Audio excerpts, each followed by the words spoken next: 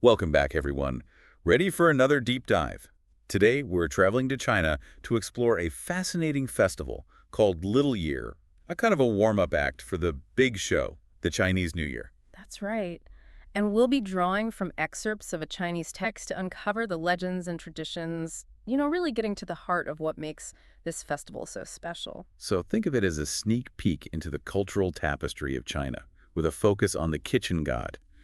Ever heard of a deity who keeps tabs on your every move, especially in the kitchen? He's like a divine reporter, I guess you could say, who ascends to heaven to give a yearly report card on your household to the Jade Emperor. Talk about pressure.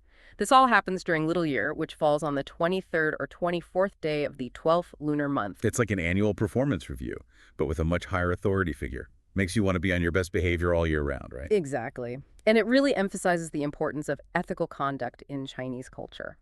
So let's talk about this kitchen god. What's his deal? Why is he so important in Chinese culture? Well, he's seen as this guardian of the home, the one who observes everything that happens within a family. And his report to the Jade Emperor can influence the family's fortune in the coming year. So you want to be on his good side. Makes sense. Mhm. So how do people make sure they get a good report, aside from, being generally good people? Well, there's this tradition of offering sticky treats to the kitchen god.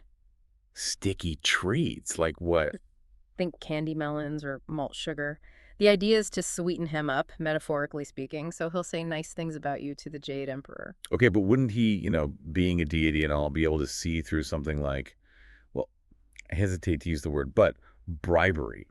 It seems a little, I don't know, basic, maybe. It's an interesting point. Maybe it's not so much about bribing him as it is about showing respect, acknowledging his role. I mean, think about who the Jade Emperor is in Chinese mythology. Right, the big boss. Exactly. He's the ultimate authority, the representation of cosmic order and balance.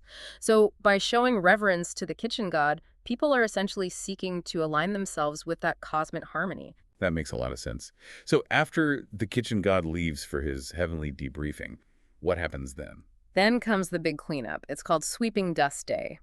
Families meticulously clean their stoves and homes. Ah, so like a symbolic act of purification. Absolutely. It's about bidding farewell to the old year with all its dust and grime and welcoming the new with a fresh start. Makes sense. Out with the old, in with the new, as they say. Exactly. And it's not just about physical cleanliness, it's about spiritual renewal as well. I like that. It's like a clean slate for the new year. Okay, back to the kitchen god for a sec.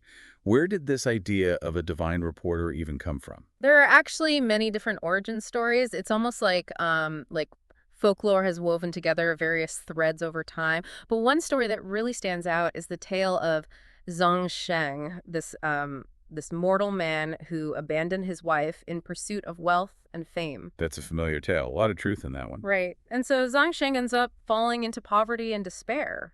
With nowhere else to turn, he crawls back to his former wife, seeking her help. It's a story about humility, about facing the consequences of our actions. Pretty universal themes. And about forgiveness, too, because despite his betrayal, Zhang Sheng's former wife shows him kindness. She gives him her last piece of bread. Wow. That's Now, just right. But overcome with shame and regret, Zhang Sheng accidentally falls into the hearth and dies. what a turn of events. So the Jade Emperor, seeing this whole drama unfold, was so moved by the wife's unwavering kindness that he deified Zhang Sheng as the kitchen god. So he got promoted to godhood because his ex-wife was a good person. In a way, yes. But here's something that many people miss.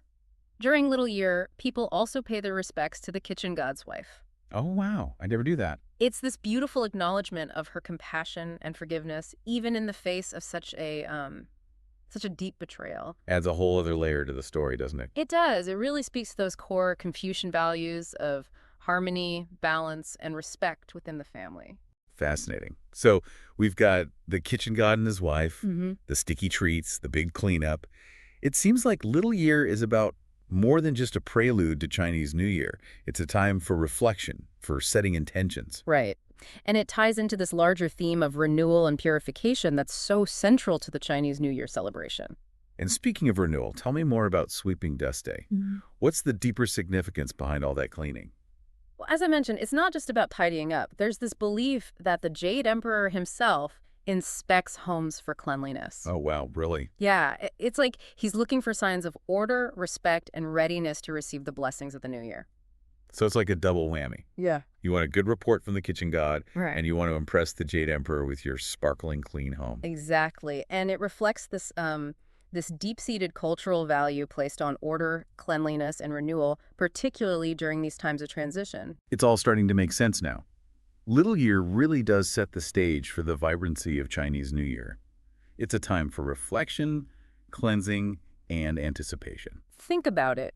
You've got the kitchen god reporting back to the Jade Emperor, families cleaning their homes from top to bottom. There's this palpable energy of preparation and excitement in the air. It's like the entire country is getting ready for this massive celebration. I can almost hear the firecrackers and smell the delicious food already. Mhm. So as we wrap up this deep dive into Little Year, we've really uncovered a lot. We talked about the role of the kitchen god, this idea of appeasement and seeking his favor. Then there's the importance of cleanliness, both physical and symbolic. Right, and how these traditions are all intertwined with the spirit of renewal and welcoming the new year with a fresh start. It really makes you think, doesn't it, about how these traditions offer such a rich window into the values and beliefs of a culture? Absolutely. And this deep dive has left me wanting to learn even more. There's so much to explore when it comes to Chinese New Year customs. Maybe next time we can delve into, I don't know, the symbolism of the dragon dance, maybe. Or the significance of lucky foods? There's a whole world of fascinating traditions just waiting to be discovered. I think we've got our next deep dive planned. Thanks for joining us on this journey into the heart of Little Year. Until next time, keep exploring. Happy New Year! Happy New Year!